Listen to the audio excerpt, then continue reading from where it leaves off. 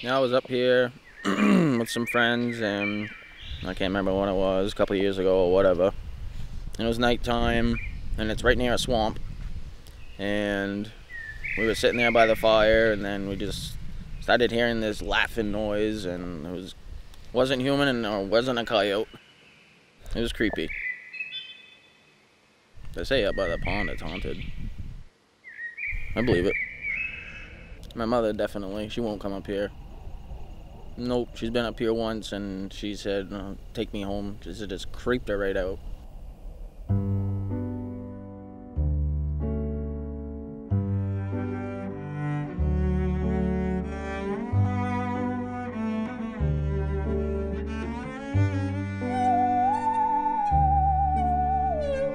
In New Hampshire, I love the industrious nature of New Hampshire people. I love the independence of being in New Hampshire. I love the fact that there's a lot going on in New Hampshire. It's an interesting mix of tight-knit community and independence. There's a whole bunch of things that people like to do on their own, and they're very independent about it. But the minute there would be a problem, that tightness of the community is going to come together. There have been a lot of different cultures coming through here. So that right there's a lot of interesting, unique stories that are kind of lost. But maybe you just need to find the right person. My name is Michael Bruno, and I'm a teacher at White Mountains Regional High School in Whitefield, New Hampshire, and I live in Bethlehem, New Hampshire. The state of New Hampshire has 258 markers that are installed. This marker was installed in 2011. It's probably one of the more contemporary markers, and it is about a couple that are from Portsmouth, New Hampshire, named Betty and Barney Hill. They were on vacation up in Niagara Falls and then to Montreal. And as they were coming home on September 19th, 1961, Betty noticed something in the sky that didn't look normal. And as they were driving south on Route 3, they noticed that it was still with them. And as they got closer here, after they went through Franconia Notch, they actually stopped the car to take a look at it. They actually stopped in Twin Mountain at a place called the Mount Cleveland Lookout. They walked the dog, they're looking at the sky, and they still saw it. But it was at this point here where they got close to them, and they believe it was somewhere in this vicinity of this marker where they were believed to be abducted.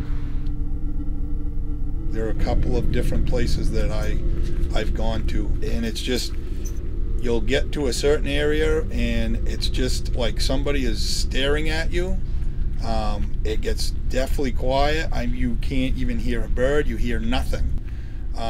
I'm not the only one that spoke of these couple of places. A couple of other fellas that I hunt with or have encountered have run into that same thing. It's a very odd feeling. I can't really explain it.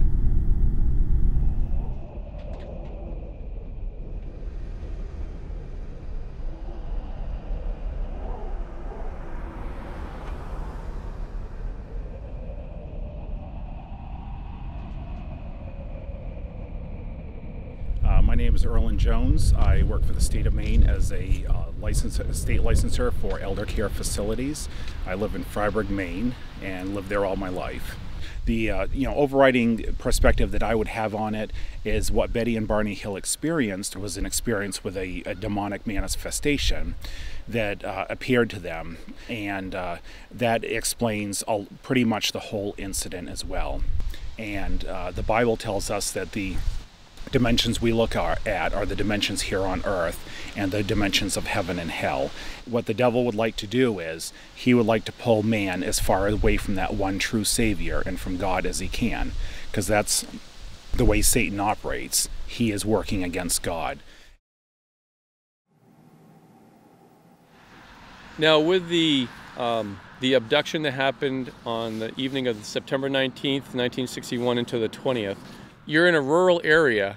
You didn't have heavy traffic lights. You had these rural roads, and any light that looked different or foreign in the sky would stick out. And whether there's more I just know that that one really got people's interest piqued.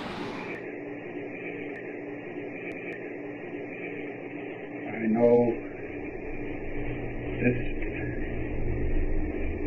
this creature, this leader is telling me something.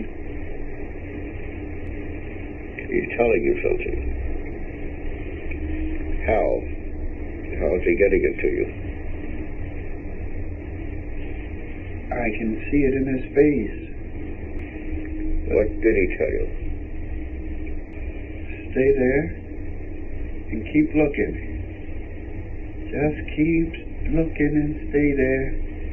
And just keep looking. Just keep looking. Could you hear him tell you? Oh, I gotta pull these binoculars away from my eyes. Because if I don't, I'll just keep staying there.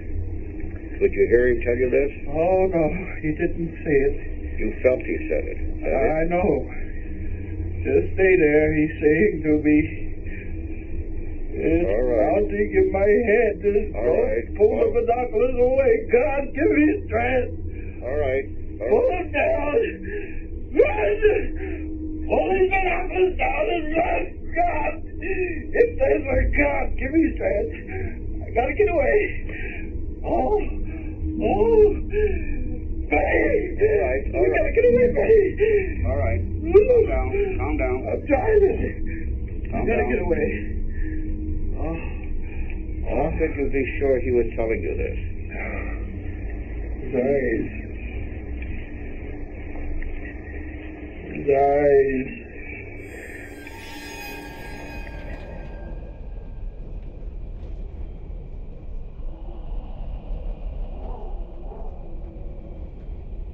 So much country up here, and it's quiet.